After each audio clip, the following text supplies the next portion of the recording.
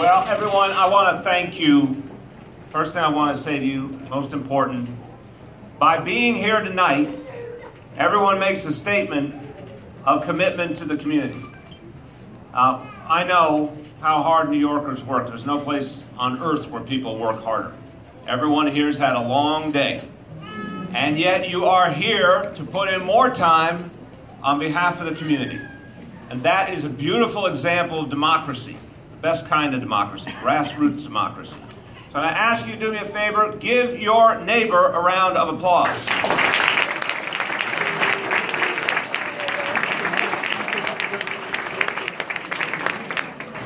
Now, before I talk about your council member, I'm going to talk about also a couple of updates, and then we're going to open up to as many questions as we can get to this evening. I'm looking forward to that.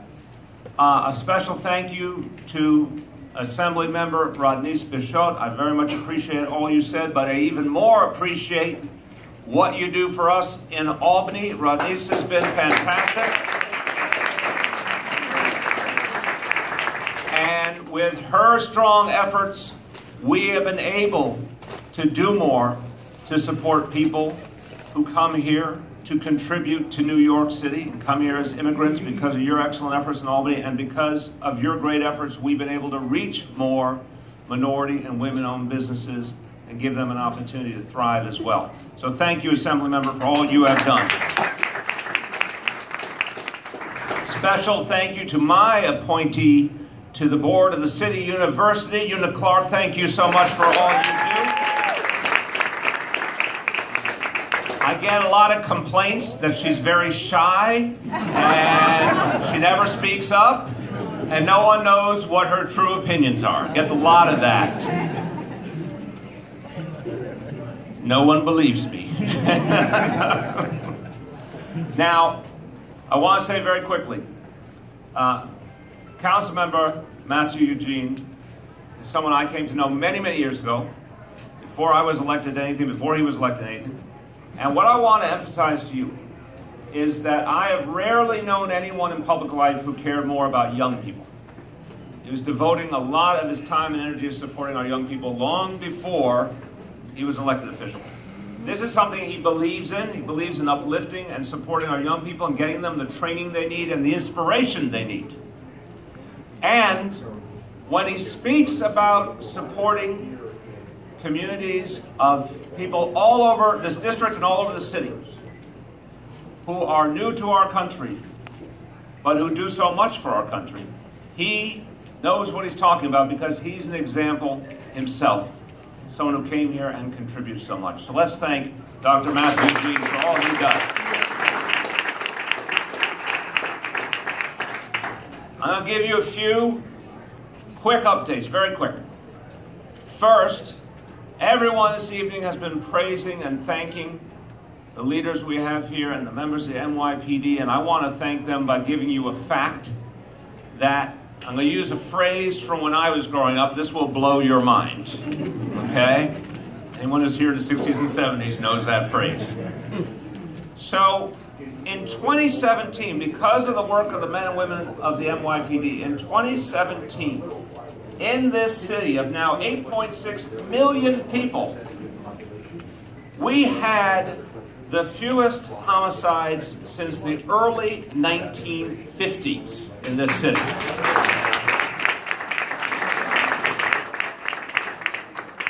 There are a lot of people walking around alive today because of what the NYPD has achieved in the last few years, and I want to make it vivid, particularly for my fellow Brooklynites. The last time we had this few murders in New York City, the Dodgers were playing at Ebbets Field. That is a factual statement. So what has been achieved is nothing short of miraculous.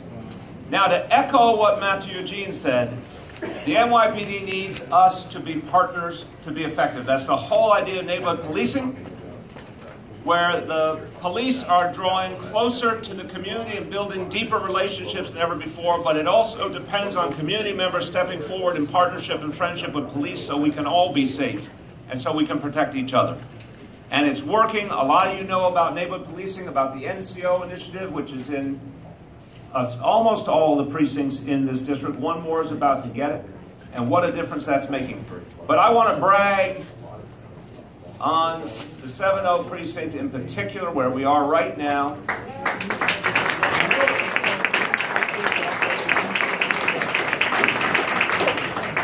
This should also blow your mind. Year to date, this point this year versus the same point last year, major crimes in this precinct are down 12%. Isn't that amazing?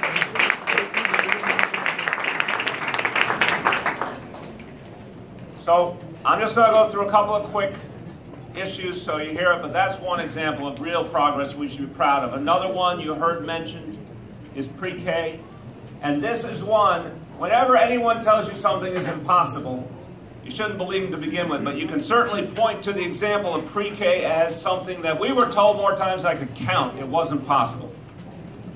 The year I took office, there were 20,000 kids in New York City getting full-day pre-K. Today, there are 70,000 kids getting full-day pre-K.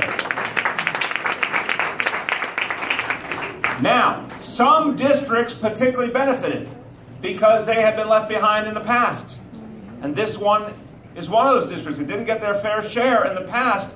But when you make something universal, then you quickly see real progress. This council district has 8 times more full-day pre-K seats than it did just 4 years ago. And in the next few years, we will make 3K universal in this city. So every 3-year-old, I want everyone to fully understand what's coming in the next few years. Every 3-year-old will be eligible for full-day, quality, early childhood education for free. Great. You like the sound of that? I want everyone to just take in for a moment what it means that this city we love so much is going to lead the whole nation in giving our children a strong start. But what I love about it, it's not only high quality, and it's about excellence, and it's about really tapping into the extraordinary potential of our young people. But think about this, because we want a society that's fair to everyone. Yes. Imagine every child at the same starting line. Not some getting opportunity and others being left behind, or some who have a family can afford something but others don't.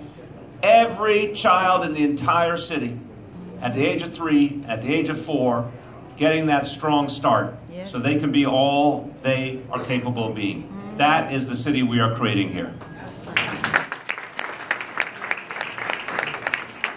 Now, sometimes I like to survey the room, so I'm going to do that right now. I'm going to ask you a question.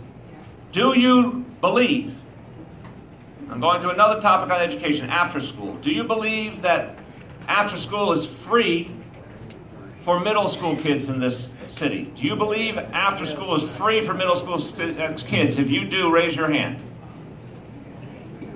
Okay. I see some people with a hand up. I see some people halfway up. A lot of people not having their hand up. This is one of the best kept secrets, and we have to do a better job getting it out. But I'm asking everyone here is very involved in the community. I want you to be my emissaries. Every middle school child, 6th, 7th, 8th grade, now qualifies for free after school in New York City.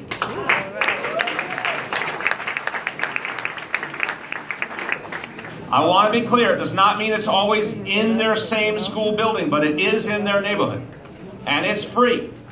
Now, if you have a child who's going into 6th, 7th, or 8th grade starting in September, or you know a family who does, this is a great opportunity. The kids get tutoring, they get cultural programs, they get recreation. It's usually about 3 hours after school. They're in a safe place where they continue to learn and grow. Will you please help me spread the word about that all over the community? I also want you to know, as a result of that initiative, the number of after-school seats in this community has doubled in the last 4 years. Now, I'm going to turn quickly to the issue, probably the one that Matthew and I hear the most from our constituents. I'm going to say it very simply. They once said the rent is too damn high. Remember that? Okay. It costs too much to live in New York City. As my official statement as mayor, it costs too much. Mathieu and I and Rodney's, we didn't create the reality. We didn't say that because of the rules of the free enterprise system, you can charge whatever you can get away with in rent. This is the world we have received, but it's our job to find a way to fix it and make it fairer in every way we can.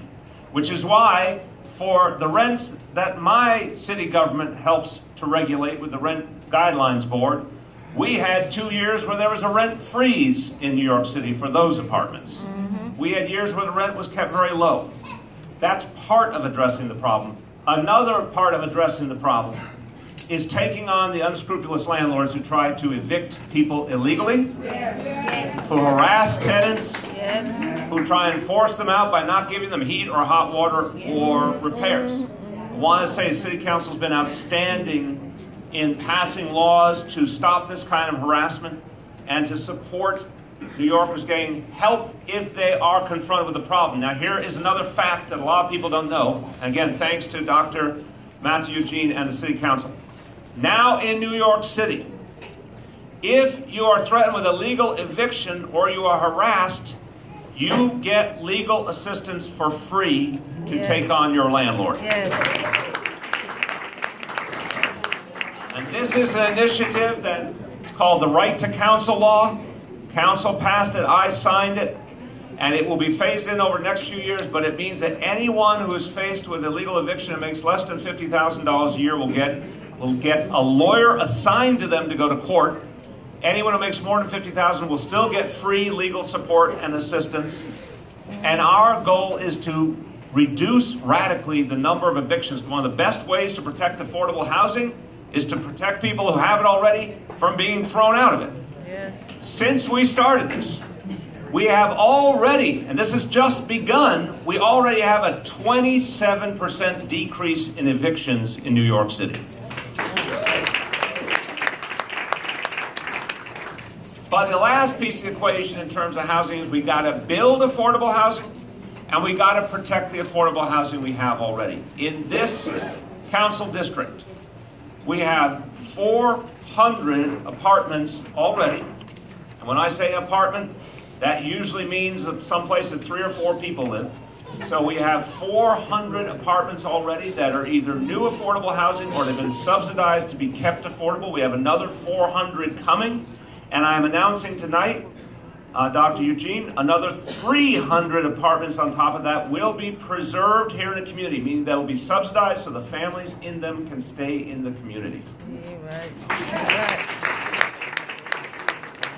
That is already, as of this point, 1,100 apartments in this council district. That's enough for about 4,000 or more people who now will know that they can stay here and afford the rent. And we've got a lot more to do, but that's a great start.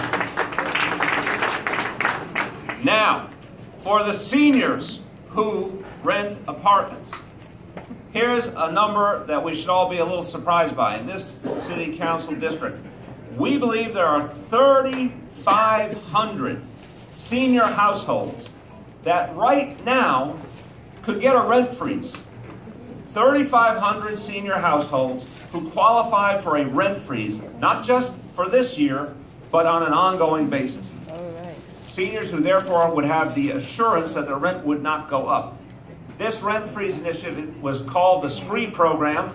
We call it the rent freeze program because we want to make clearer what it actually does for people.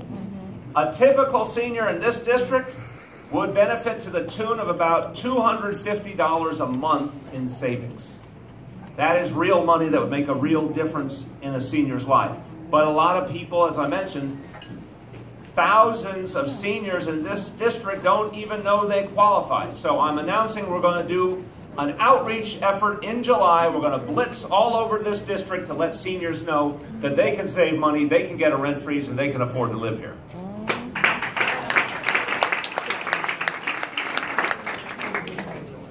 Couple last points. In terms of supporting our fellow New Yorkers who are immigrants, yes, we all are from somewhere. That was your Yogi Berra moment right there. So we now provide free legal assistance to our fellow New Yorkers who are immigrants to make sure people are not defrauded, to make sure people get support. God forbid anyone is faced with deportation, they can get help. City Council's been very generous about that focus. In this City Council district, in just the last couple of years, almost 2,500 immigrants have gotten free legal help. Just in this district, just in the last couple of years.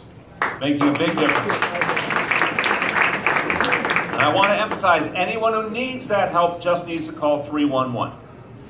And you can get that help, or anybody in your family, any friends can get that help.